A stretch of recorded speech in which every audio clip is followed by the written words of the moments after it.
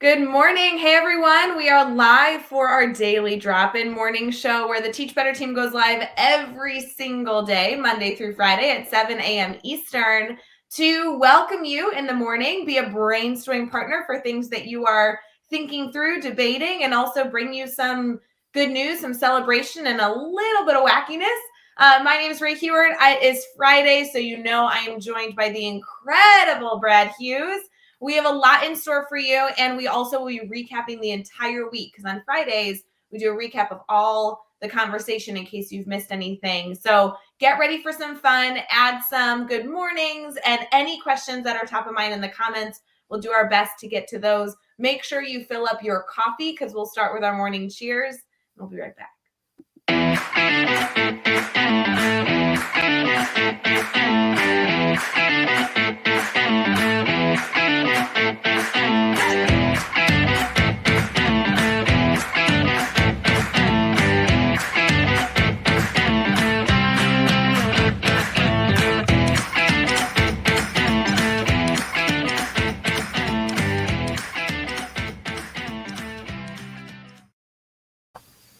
Good morning, everyone. Happy daily drop-in. Brad, how are you? Good morning. Good morning, Rae. I'm doing great. I'm all set for a fantastic Friday daily drop-in with the fab, the incredible, the wonderful Rae Heward and our Teach Better family. It's our second Friday together. It feels like we've been doing this for ages and ages, and I'm excited about a great drop-in show this morning, Rae.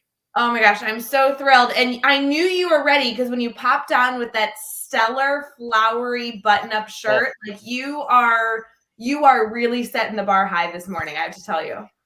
I'm ready for a great finale to the week, just like our great Teach Better Chat finale last night. So I wanted to, just kind of just floral things up a little bit and get the sparks flying just to start the day. I do have to say, I think that there's a lot of celebration that we have on this beautiful Friday. The chat at concluding yesterday is something that I cannot wait to celebrate with everybody. I think we should reminisce a bit about the love that we have for that incredible Twitter chat that has been such a staple in the Teach Better family for so long. Dave Schmittou did an outstanding job kind of wrapping that up as the Teach Better team representative of our live recap. And honestly, Brad, to be honest, we missed a very important national holiday yesterday. We'll be coming back to that to discuss that today. But before we start, I know that everyone's feeling very ambitious this morning. I'd love to start with our morning cheers. Good morning. Good morning. I was not live yesterday. It was Jeff and Mike live yesterday, and I really enjoyed while I was driving in the car to a school visit that I was doing yesterday, and I was able to do my cheers from the car. I was like, oh, I still feel very included. So these morning rituals are key, and this has been our focus all week long. Great starts and great endings to the day. So morning rituals are everything, whether it's a cup of coffee or whether it's yoga or a radio show you tune into or something you throw on your computer or television. Whatever gets your day started and gets you in the right frame of mind to, I guess, meet whatever challenges are ahead. That's always a good thing. I would like to publicly complain, though, because I was listening to Daily Drop-In yesterday in the car. Maybe somebody in the comments can help me with this. I know we're only 3 minutes in and everybody's like, Rae, we haven't even sipped our coffee yet. No. But see if anybody can give me some suggestions. So I'm listening to Daily Drop-In in the car. So I either could pull it up on Facebook, YouTube, Twitter, or Twitch. And I was just listening to it. I wasn't obviously watching the video. I was focused on driving. But it only plays, at least on my phone, I couldn't transfer back to the maps because I didn't know where I was driving. So I was trying to follow my directions, but then every time I transferred, I couldn't keep listening to the Facebook video in the background. Whereas if I had waited to not participate live and I just would have been listening to Teach Better Talk podcast, that would play while your maps was open, right? Do you see what I'm saying? I sure do. My Android autoplay doesn't like it when I actually switch apps on the phone, which I shouldn't be if my hands are on the wheel anyway. But yeah, it's finicky. And what we need is a dedicated Teach Better app that will give us all of the Teach Better that we would ever want or need wherever we are at home, in the car, in the plane, at the spa. I love your mindset, Brad. I think that's so spot on. And I just think of all the places we stream in the morning live for this, fun morning show, we get to wake up together, debate interesting topics, provide some celebration for the day. I understand Facebook not streaming during other apps, but YouTube should. I don't know why I feel that way. YouTube's kind of like podcasts. Like podcasts can move and continue to listen to them while other apps are the priority on your phone. I just think YouTube should. I don't know what my sticking point is for that. I think what we'll do right after the show, Rae, is we'll get onto YouTube and find their feedback mechanism, and we'll just type in "be more better" and just leave it at that. That's all they should need to know to fix this problem. And just you wanted to hashtag teach better. They should teach better. We got to get that fixed. I really appreciate, Brad, your dedication to solving this problem for me. You're the best. Thanks. I'm highly dedicated to motivating others to solve problems for me, and it works really well. Wait, friends, I'm sorry. We have not been paying attention to the comments. I'm so sorry. I do want to say good morning to all of you, but can we talk about this? Alex says YouTube will let you stream when you're doing other things if you pay for premium. So this is actually a payment thing that I need to apparently go consider purely to listen to Teach Better Talk podcast and have Google Maps open at the same time. That must be it. This is YouTube robbing us of happiness is what this is. It really is. I'm just going to check. I'm just going to check in a drawer over here. I've got a coupon. I'll send it your way. I've got a coupon right here for that YouTube Premium. I'll send it your way, and then you can report back to Teach Better headquarters and let us know what's going on. I love it. This is great. Hey, Alex, since you're in the comments and you're like the knower of all the information this morning at 6:06 Central Time, could you tell us how expensive Premium is? I'm just curious. This is really not anything to do with Daily Drop-In. I just have to know, like, if that's going to be a feature, what's the deal? And I think Teach Better should sponsor all Teach Better family members to have YouTube Premium strictly to solve this problem. That's my mindset. Should be great. Any of our Teach Better ambassadors could maybe earn YouTube Premium points by, as part of their tracker. I know that Alex is one of the lead ambassadors of data management. So maybe that could be incorporated into the Teach Better ambassador trackers. Is working towards that. I love that. Yeah. For those of you who aren't, familiar with how the Teach Better ambassador program works, those applications open like once or twice a year. I don't know when the next one opens. I'm not trying to do a spoiler right now, but I think it's in the late winter, early spring, I think is when the next one's opening. Like I really want to, I'm saying February, but I don't actually know. So I'm throwing that out there. I'm pretty sure. And then, so if you're interested in becoming an ambassador, keep your eyes out for February. But you can also join the waiting list to actually get updated when the information is actually accurate over at teachbetter.com/ambassador. But the reason I say this is because, Brad, you're noting one of the many features of being an ambassador is that our ambassadors kind of earn points for their participation in things, and they can earn then these like really cool prizes, one of which should be YouTube Premium. I agree. Well, it's about carrying the flag for our wonderful Teach Better family, and our ambassador team is second to none. We've got so much going on in the Teach Better family. The idea is to bring all that goodness to people in ways that make sense to them. And the most important thing is through ambassadors and through our Teach Better friends, we've got a network of people that are helping people get things done. I think about our Teach Better mastermind for admin and for edupreneurs.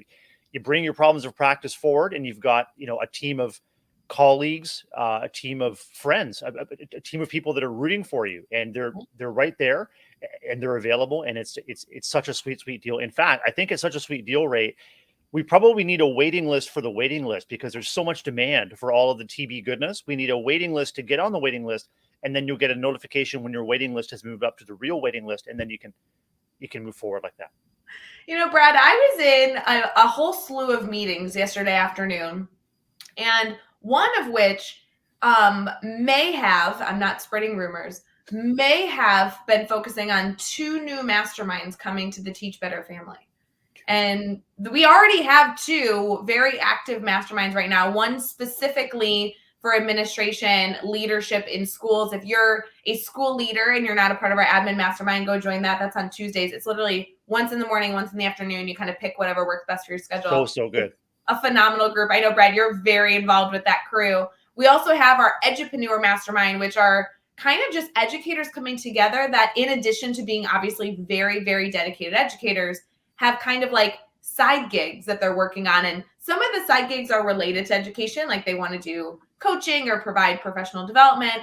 Some of the side gigs are like things that have nothing to do with education, like they want to become a professional painter and sell their paintings, right? It's like kind of like those side projects people enjoy.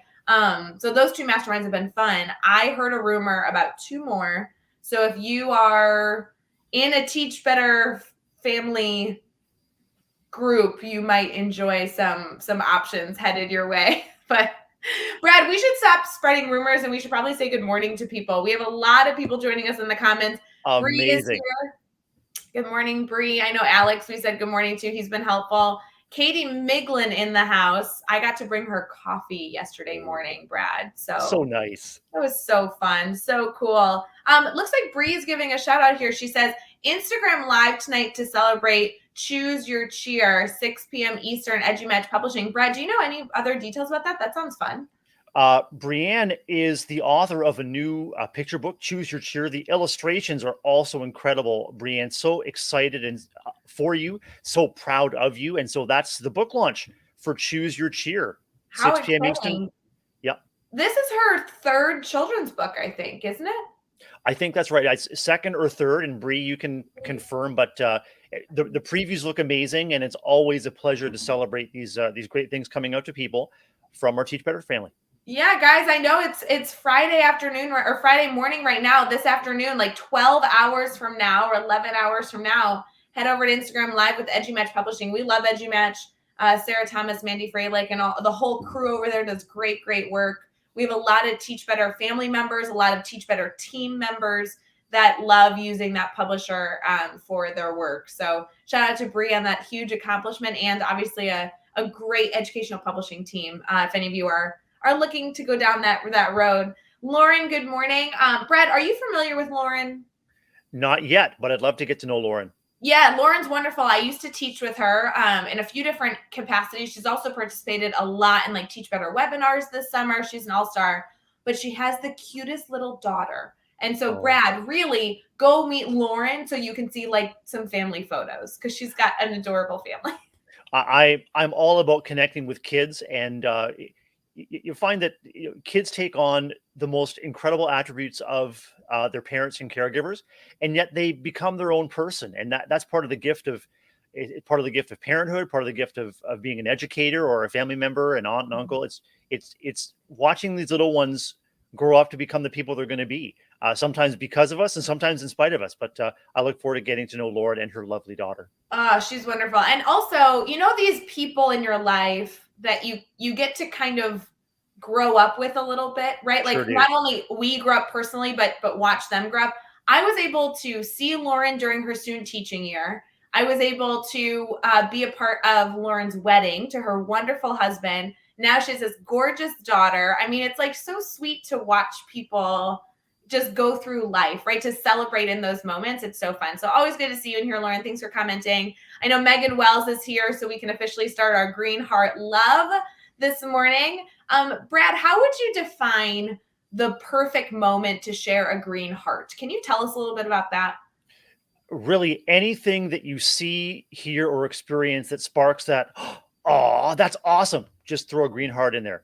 Anything that you agree with passionately, anything that's an aha moment for you, anything that's happening in our stream that gives you that little spark, that little jump of excitement to be a little bit better, throw a green heart in there. And throw multiple hearts in there. We can have a heart avalanche. We can have a heart typhoon. We got into that last time, but yeah. I do think, Brad, people kind of get in the habit. You either put 1 green heart, 3 green hearts, or like 25 green hearts. I don't feel like I see a middle very often. Right.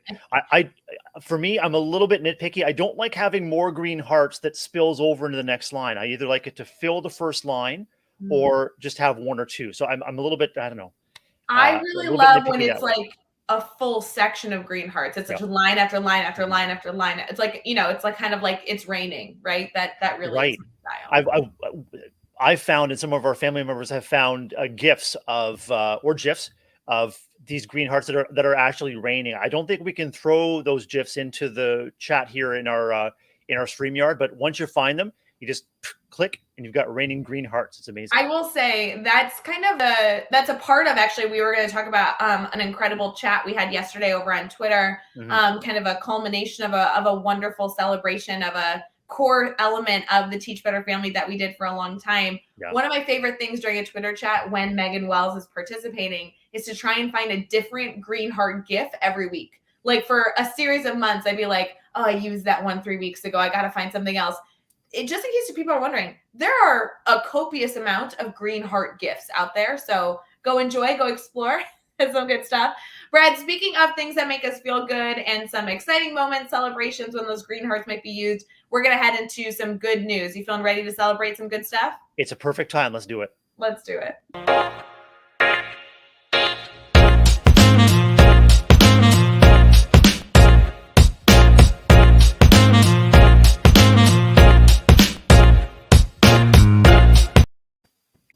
Good morning, everyone. We have Andrea with us. Jeff Gargis is in the house. Woo! We love all the celebrations and the green hearts coming in. You guys just know the way to our heart. We have some epic celebrations for our good news segment. And a good news segment really is built with just one core belief that we want to give you something to celebrate today. So whether you're using this to fill up your cup to celebrate something wonderful, or you're looking to share this information with a colleague down the hall or your staff when you're sending out staff notes later this week, or maybe you're bringing it to students and fostering discussion. The whole goal of this is just spread some positivity and celebration in your life.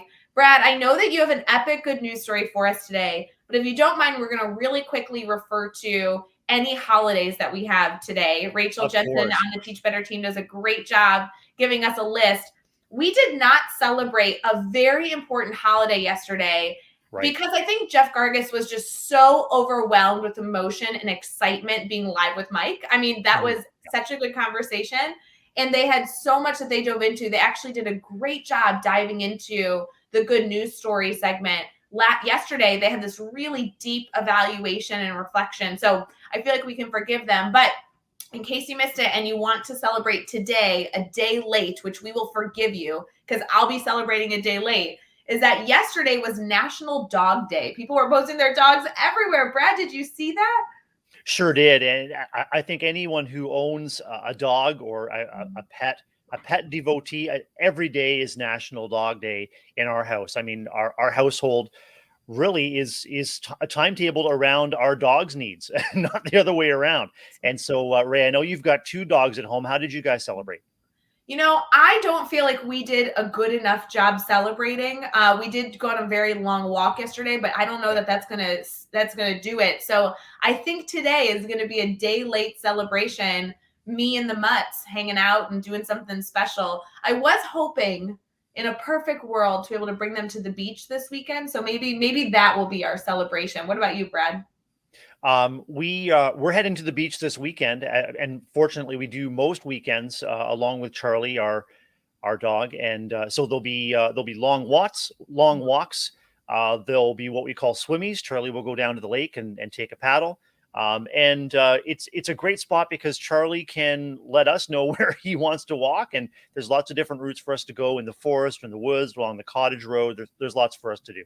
I love it. If you don't have a dog yourself, no stress. We're happy to share ours with you. So if you're close enough to come hang out with my dogs, let me know, and you can come and hang out. Otherwise, we'll just send you lots of pictures via social media, and you'll feel like you're celebrating National Dog Day with us. The other thing I want to celebrate, Brad, and I just felt like this worked for today. It's August 27th. It's a Friday morning. A lot of us, have started school already, whether it be our 3rd weekend or our 1st weekend. Some of us are just finishing out our summer break. This holiday, this is a world recognized holiday, is Just Because Day. So today is Just Because Day. And I want you to put a positive spin. That's not the answer that your mother gives when they tell you to do something and they say, just because I said so. But today is Just Because Day. Go do something wonderful just because. Just because. I'm not sure if any of our Teach Better family members are also Parks and Recreation family members, but this might be a perfect day to treat yourself. Just do it because it makes you feel good or makes you look good, or actually, it could be something that is making someone else feel good. Celebrate together. Just because. Yes, I love that. Just because. Good morning, Karen and Debbie, who are jumping in. It looks like a lot of people's favorite holiday is Just Because Day. I have forgotten that this was one of my favorite holidays and thrilled to be celebrating with you, Brad. I'm so glad that we could spend this together. I'm thrilled too. And the really mind-blowing opportunity, Rae, is you could really make any day Just Because Day. It's that mindset. Is I'm gonna look after myself, I'm gonna look after others, I'm gonna look after the kids that I serve. I'm gonna fill myself up with that awesome feeling of contributing and making the world a better place. Just repeat, repeat, repeat. I love it. I love it. Brad, what's our good news story for this morning? What are you feeling? I'm feeling that I wanted to build on our theme this week of great beginnings and great endings, and you and I and so many of our family have a hot drink. Maybe it's a morning coffee to start your day right. And Rae, I've got a question for you. What if you could have your coffee and eat it too? I feel like people say that with cake, and my answer would typically be yes. So with coffee, my answer is also yes. A cake is going to be a whole different conversation about dessert later, Rae. But what I'm going to let you know is that you can now have your coffee and eat it too, and do the world a bit of good.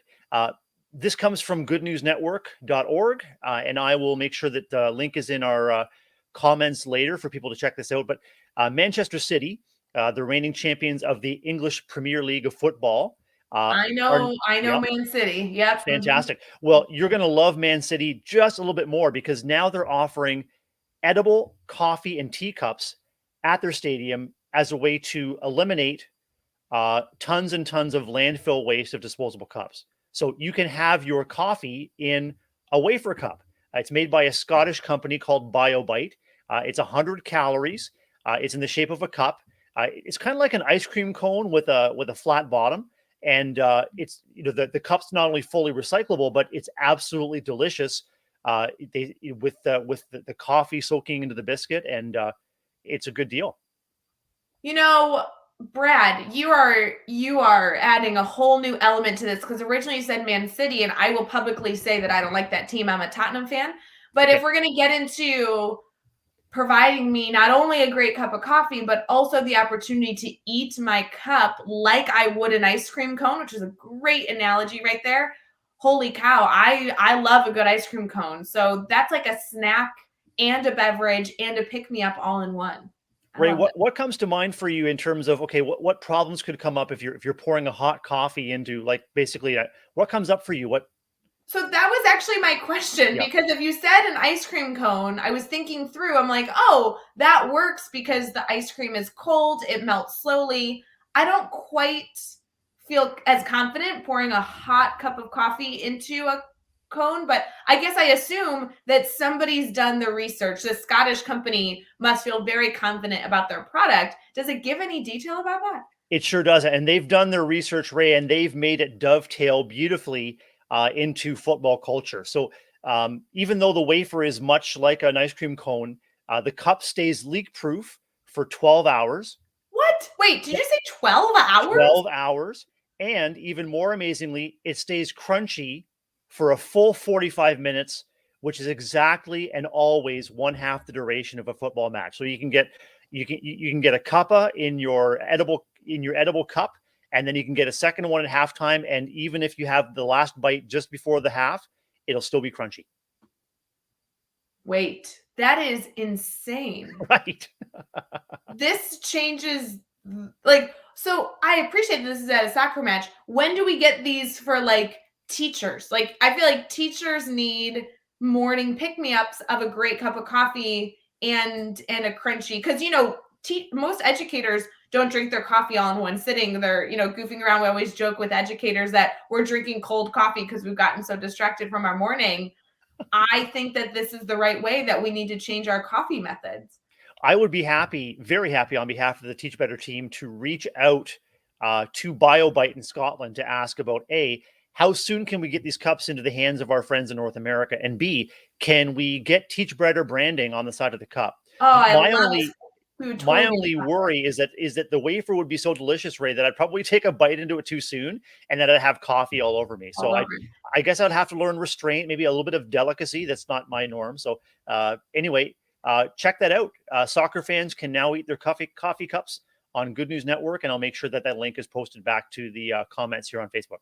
I love it. I know that this is an absurd connection, but Brad, my sister lives in Scotland. I think you and I need to go take a trip to visit her. While we're there, we're going to go to the factory, the business organization that's making these. We need to tour the facility and then, form this partnership. I think that this is really important to the Teach Better culture, and for the amazing people in our network, we owe them this. I couldn't agree more. This is an absolute must do. I saw earlier that Alex suggested that, maybe YouTube Premium could be a legitimate business expense. I mean, I really think that not only a fact finding, but a marketing and goodwill mission between North America and the UK and our friends in Scotland. I think it's a Teach Better imperative. I think it's a TBI, if you will. I do want to address this question. These are, the hard-hitting questions we address here on Daily Drop-In as we transition into discussing our brainstorm bank of the theme this week, which is all about morning routines. This coffee is very relevant still. Megan says, I would worry about eating something that's sat on a counter. I guess because it's a flat bottom, she's thinking like, oh, you'd be putting the cup down. I do think that at a soccer game, you really never put things down unless it's like on the ground, which you wouldn't really be doing. Or I guess you'd put a napkin under it, right? It would sit on top of a napkin. I don't know. What I'm hoping, Rae, is that as they are shipped in their sleeves of containers, they've likely got like a paper wrap around the bottom, so that the person doing the food service can take them without or take them without touching them. And I don't know yet, but maybe give them to the customer with the paper sleeve on the bottom. The paper is recyclable. But I just don't know. The other cool thing is because it's a food product, even if you don't finish the wafer, it can go into a green bin for to divert to landfill. So I love this. I hope these happen. These come to the U.S. very soon. And if it only comes to soccer stadiums, we'll all need to go to a soccer match to experience this. So I'm a huge fan. This is great. Brad, we're going to transition here to discuss the topic, the theme that we've had this week, which you did so wonderfully, blending into our good news story of making sure that we start and end our day with success. So we'll be right back with our brainstorm big.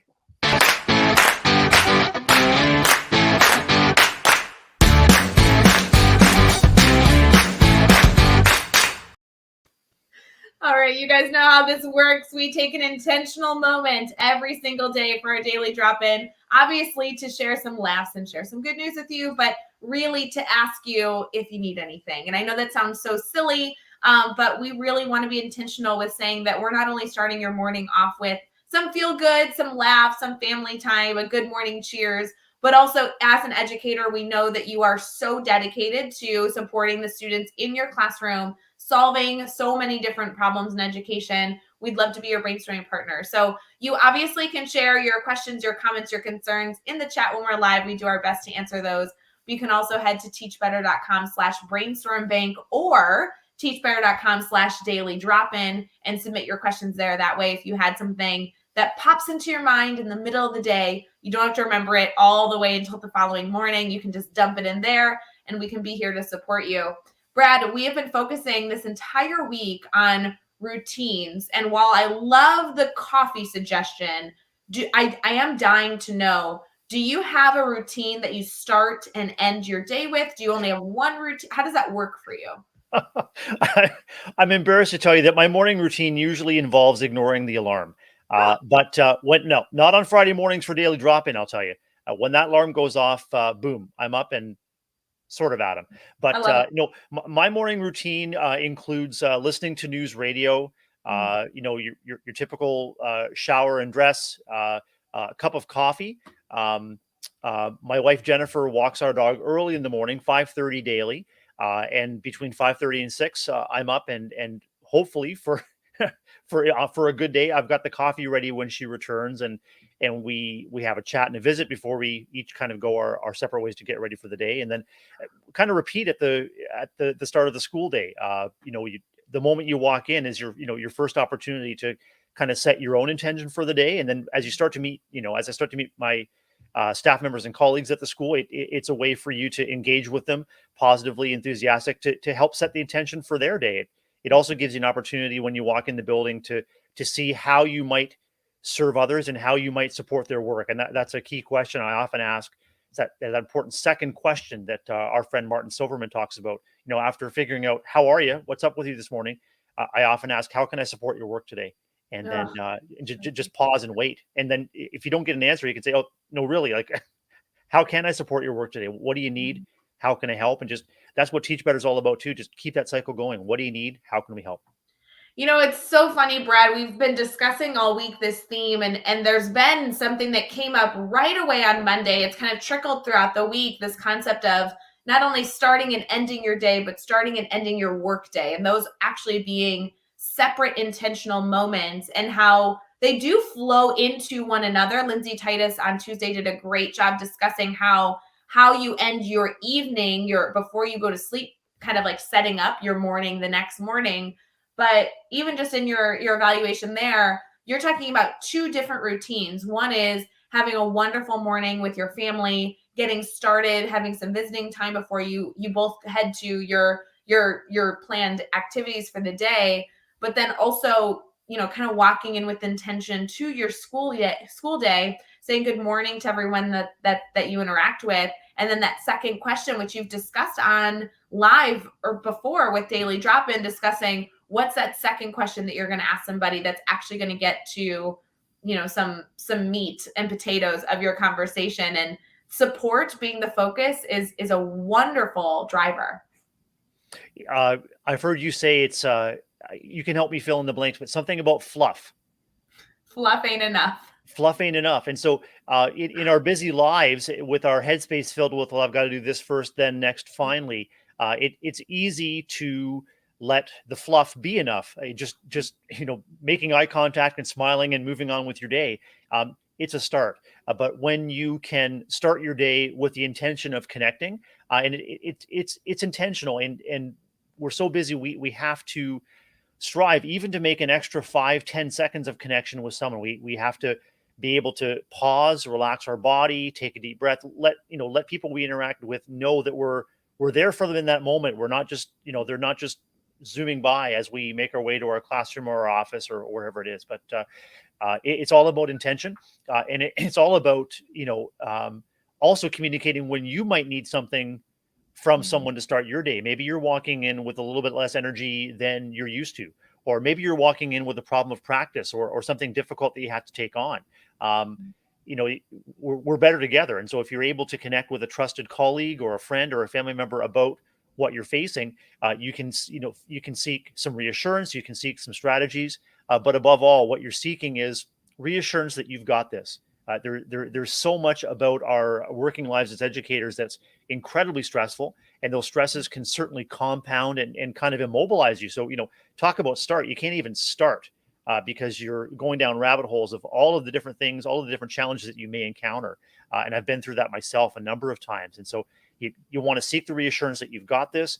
You take the first best next step, and then you over time, you trust that you've got whatever next step happens after that.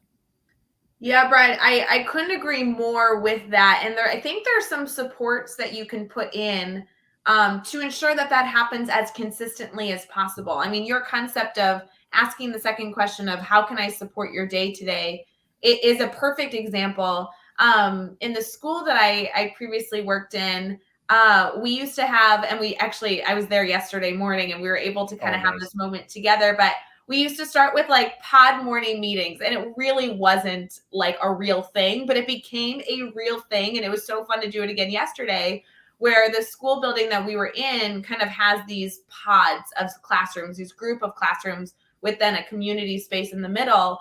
And it was wonderful that, a few minutes before the bell, or maybe as the bell rang, when you had that transition time, all the teachers kind of came into the central location with their coffee. We all said good morning. We kind of checked in with each other. There was always a story that we were following up on. And it was really like taking a pulse of the community that you really interacted with in terms of like your teaching community, that you're really checking in to say, Brad, if we taught across the hall from each other, how's Brad doing this morning? Does he need anything that I can help with? That, I'm just across the hall, like he can lean on me. And it really allows, I think, that small little ecosystem that exists in that building. Obviously, there's so many other realms as well, but that small little crew to say, how are we all working together to be successful for the day? more often than not, Brad, how educators work in the morning. One person was doing great, was able to pick up coffee and feels ahead of schedule. And the other teacher was like, oh my gosh, my daughter was fighting me. I dropped him off at school and we had all these issues and I'm running so far behind. And you're able to kind of say, oh, I can go run and make a copy for you. Can I cover your class for the first 2 minutes? There's just this little ebb and flow that exists that I always love those morning brainstorm sessions. There's so much I love about that Scrum in the teaching pause that you described. Yeah. There's a lot we can learn from other walks of life and other professions like athletics or medicine, where they have these rituals. They have huddles, they have scrums, they have a clean start to the day where everyone comes together. And not only are you sharing vital information to help everyone move forward with serving the kids or serving the patients or serving the fans, it also builds community. And as our teams get more and more comfortable with each other, and as our teams get to know each other better, then the teams can actually express vulnerability, express those needs you talked about. I was late dropping off my child at the babysitter. Like anytime we have an opportunity to express our needs, and we can rally other people to support us, it's even better. So just think about all the times, Rae, or I think myself, all the times that I've walked around with worries and problems and barriers in my mind. And I never share them with anybody. Sometimes we don't share them because we don't want to burden someone else. Sometimes we don't share them because we haven't yet established the level of trust that makes it possible to share. But honestly, hardship or challenges shared can be hardship and challenges that are overcome. And those scrums are a perfect opportunity to do that because they build community. They keep everyone focused on the core purpose. And they can be a lot of fun. Imagine if that scrum comes together with someone playing some dance music on their iPhone. At one of our ways to start our day at the school where I serve is morning music. We have music welcoming people in the hallways as they come to work. We have entry music for our teachers and students when they come in the day to energize them. And we even do a daily music contest where people are listening for the theme. And so the other thing that sustains the day to go to the end at the school I serve is soothing music in the halls throughout the day that carry people through their day. And then often there is a quick have a great day, so glad you were here announcement at the end to send people on their way. So routines, rituals, connections, building community, and getting to know each other so well that it's safe to be vulnerable and to share what your worries or what your barriers are. And then you can, just like our mastermind, you can rally the support of the team to get things done. Brad, I am such a big music person. I think that music can alter moods so quickly that the power behind it is so underutilized. I am one of those educators that when I have students transitioning between class to class or when the morning, like I'm cranking up the volume as loud as it will go. And the teachers on either side of me are kind of always like, oh, that's how Miss Hewart teaches. I love that environment. I love that you're incorporating music in a building level to set the tone, because that really is a part of getting people in the right headspace. I mean, in some regard, Brad, these daily drop-ins are like that morning come together check-in, because we are not only here obviously to catch up with each other's lives, we're drinking coffee, but also to kind of check in to see if people need anything that is kind of along the same lines that we're discussing in this dialogue here that you might be doing in your school building. That's an amazing connection. That is exactly what is happening right now is people coming together at a time for a specific time for a specific purpose, for connection, to get to know each other better. And, Rae and I, we both have our Twitter handles right there on the screen. So Rae mentioned a number of ways you can pose your challenges or your brainstorm bank. You can also reach out to any team members directly on Twitter or whatever. Like we're a team, we're a family. And so we want to make it possible for anybody watching or listening to reach out early and often. And even if we don't know the answers, we can be a sounding board for you to figure out the solution. And we're all so well connected within our own networks. I often tell the staff members that I lead, the answer is somewhere. The answer is somewhere in our building. If it's a significant problem, if it's a crisis, someone in our system has handled this problem beautifully. We're going to find out who it is and how they did it. And so no need for us to struggle alone with those worries and those those barriers within our head that just weighs us down. The answer is somewhere, probably very much closer than we think. Brad, can I ask you a little bit of a strategic question? So I was so fortunate, I think, in the building, and it sounds like you're very fortunate in the building that you work in as well.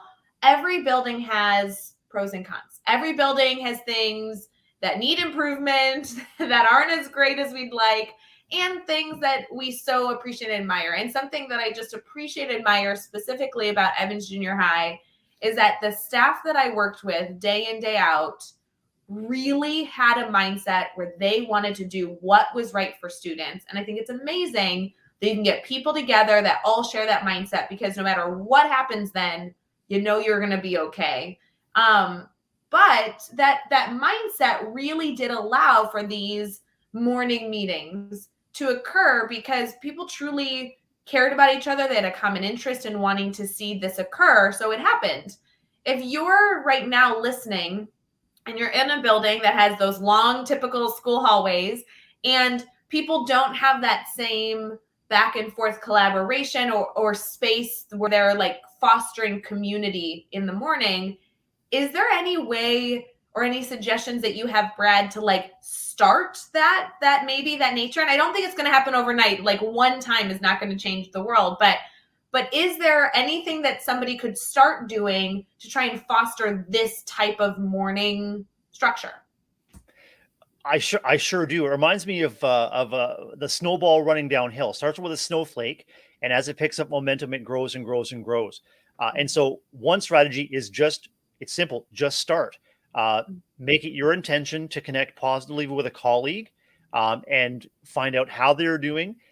Find out how you can support their work today, and if there's a way they can support your work, let them know. But even more importantly, Rae, I think it's important for us just to name that's our intention. So just say, I would love to work towards an opportunity to meet with our grade level team in a fun, informal way every morning, and let's just get started. And then so much of what we strive to do just goes unnamed, and therefore it's unnoticed. People don't know the why. So why is Brad's never walked into my classroom at 7:45 in the morning to talk with me? Why is he here? What does he need? If we just name what we're doing and just name the intention, I really want us, I really want to develop a relationship with you, to know you better and better, so that I can serve and support you. You can do the same for me. Just name. So that's it. Name that intention and just start. And then if you can, tell a friend. It's like that commercial. They told two friends and they told two friends, and so on and so on. And so it's naming the intention. It's just starting somewhere and building on that. Even if it's you and the colleague that are getting together every Monday and Friday, it's a start, and that's something to build on. But not knowing what's going to happen next is often so much a barrier to just getting started. We talked about that a little bit earlier, but just start, name what your intention is, and then grow the network. And that can be part of the intention too. I want what we experience to be shared and enjoyed. And I think staff members need to be willing to step up and let school leadership know what they need. And I know that it's not easy in many of our buildings. Many of our buildings don't yet have cultures where there is active, positive, or sometimes even challenging dialogue between school leadership and staff members, faculty members. But again, once you name the intention and how it's going to serve kids, just like you said, Rae, if you can connect your intention with service to kids, nobody in the building should disagree, and then you can move forward that way. I love that concept of truly being blunt, transparent, and naming the goal. I think that is a beautiful strategy that seems to be quite easy when you say it, but it's something that we often overlook. And feel free to blame us, guys. You can be like, oh, I was listening to Daily Drop-In, and these two wacky educators said that this really made an impact, and I thought we could try it. Feel free to blame us. We would love to be the caveat to you having this conversation. That sounds good to me. Rae, the cool thing is that this is really grounded in great instruction. So as educators, we know that kids can hit any learning target that they know about. And we have been learning more and more over the years not to make teaching and learning a mystery to our kids. And so we'll have learning targets. We'll have mastery goals. Kids know where they're going. And it's the same with adults. If you set the intention and you name what the target is, then then we can hit any learning target, we can hit any networking target, we can hit any relationship target that we name and that we can see. And finally, it's about, just like in the classroom, why are we learning this? What's in it for me? How is this going to expand my knowledge, my horizons, my connectivity, my contributions? It's the same thing. If you name the intention and name the why, and you ground it in service to kids, sky's the limit. Sky's the limit. You are so spot on. And Brad, I did intend to ask you so many more questions about like how you conclude your day. But I also think a lot of these suggestions that we were discussing for a morning routine, checking in, creating a culture of collaboration, checking in with people and understanding their needs, it really goes into how you can spend your afternoon, how, a tradition you might do before you leave work or anything else. I really love, Brad, if we could actually transition here to kind of recap the discussion that we've had this week in case anybody popping in has missed different conversations throughout the week, some key highlights. And that will allow us to kind of tie this all up in a beautiful bow. And hopefully people feel confident and more prepared to start and end their day with success. Love it. Let's do it.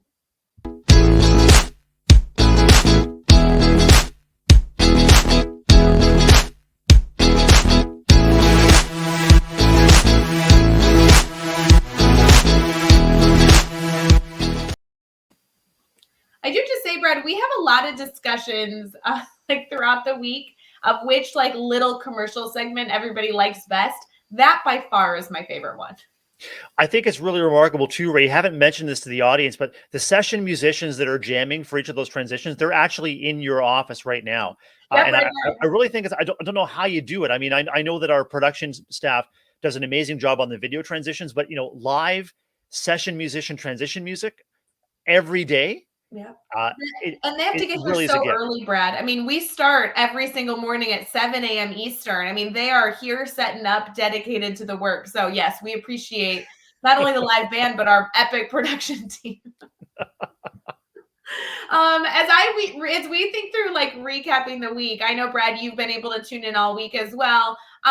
It's been so fun to kind of see Daily Drop-In evolve. This is definitely something that we started at a time where we were just trying to be accessible. And I love that a year and a half later, as we're kind of like relaunching Daily Drop-In, happening every single morning, Monday through Friday, it really has the same goal, the same intention, right? We're just trying to be accessible, provide some sort of value in your day, whether you just need a good pick-me-up, some good news, you're trying to be a part of community, so you're a part of our family cheers that we have every morning, or if you're looking to have some deep educational discussion, that's why we're here. And we've been able to do that all week this week with a number of different guests. Monday, is a staple, just like Fridays, where we have the same co-host every single time. So you and I are able to do Fridays. It's so fun to have you a part of this as a consistent basis. Jeff Gargis actually starts our week on Monday mornings, and him and I really discussed routines. He brought up this discussion of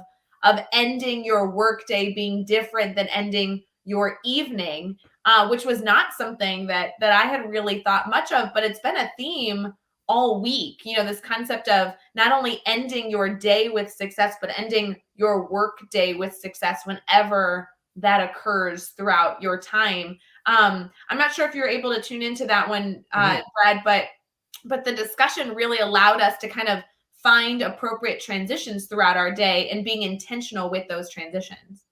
It's the key messages for me that have been evolving throughout the week, Ray, about wrapping up your day have to do with both being in a prepared mindset when you come in the building the next day, but also having enough accomplished or wrapped up that you can leave your work area and just leave it there.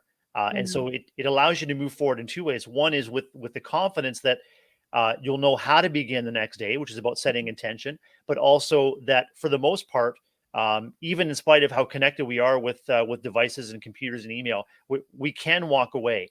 And Lindsay Titus would say that no matter where you are, you're 100% striving to show up. And so that navigating that work-life balance or blend, it's just a constant a constant process of refinement and refining those opening and closing routines within, within your day. Wake up and go to bed.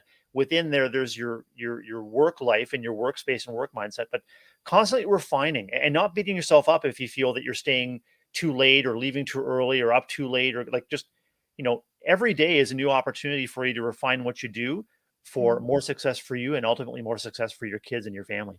Oh, I love that. You're so spot on, and that transitions perfectly because Lindsay Titus was our guest on Tuesday morning. Thank goodness she joined us this week. You guys know that she's one of the many educators that we love to lean on when we talk about routines and shouldville and anything else. That was a great conversation. I think the biggest takeaway from our Tuesday dialogue, as we were building on what Jeff had discussed, is this transition between, yes, every transition is intentional. And every transition has the opportunity to say, I'm stepping away from this role and I'm going to move into the next one.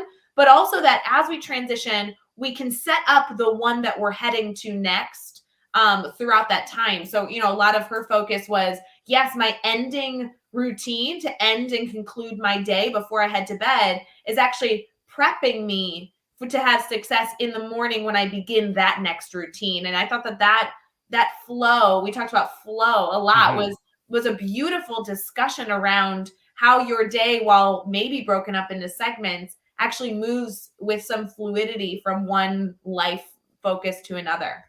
And that works on a physiological, a psychological, and emotional level too, Rae. I'm doing kind of a deep dive right now into approaches at school that serve to calm, reassure, and soothe kids, and this applies for adults too, in order to move forward and return to the core purpose, which is your teaching and learning. And it's what research is demonstrating is that it's those constant, predictable, soothing routines. It's the predictability that allows everyone's alarm bells to kind of take the alarm stop sounding, because you know what's happening next. We all have work days or days where we're kind of flying by the seat of our pants, and that's just life. That's human. But in terms of positive psychology and in terms of keeping our own alarm bells down and keeping the flow is the perfect word there, Rae. It works on that level too. And so often as educators, we're called to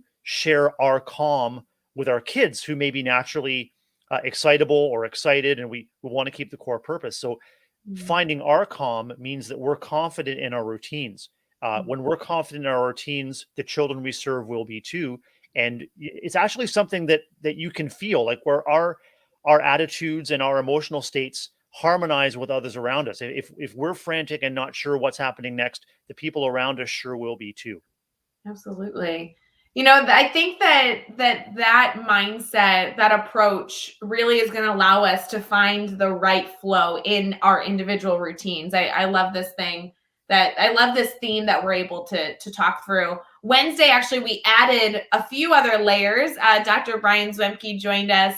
And while we went into a bunch of different pieces, including some deep discussion in a banana split, which I always encourage all of you to celebrate our banana split holiday that we celebrated on Wednesday. But that conversation really dealt with, we talked about exercise. We talked about a lot of different pieces. My biggest takeaway was the fact that Brian structured his schedule to allow for a little bit of chaos in the morning and have that not ruin the routine that he was setting up for himself. So he was discussing how as a leader in a school building, there's always things that comes up in the morning. So setting the expectation that you're not getting your to-do list until later in the afternoon or later into the late morning allowed him the freedom to either get ahead because nothing came up and he can work on whatever was on his list. But also if something did come up, he had the time and autonomy to support it, to deal with it, which I thought was a great strategy. Talk about a strategy to get yourself out of shouldville. There's so much that we feel as educators that we should be doing. Okay, it's 9:10. I should be onto this. It's 9:30. I should be doing that. And that's those things interrupt the flow because you're thinking negatively. You're thinking in a deficit mindset. It's I should, I have to. A colleague that you may know in our networks, Monty Siri, who's an educator. Monty is brilliant at setting intention for the day, that there's no clock. It's about connection. And so, it may be planned chaos, but it could also be planned connection. Yeah, I know what the clock says, but I know that an investment in taking care of business with the people that I care about and serve is going to reap dividends down the road when I am on the clock. So it's about giving yourself permission to have flow.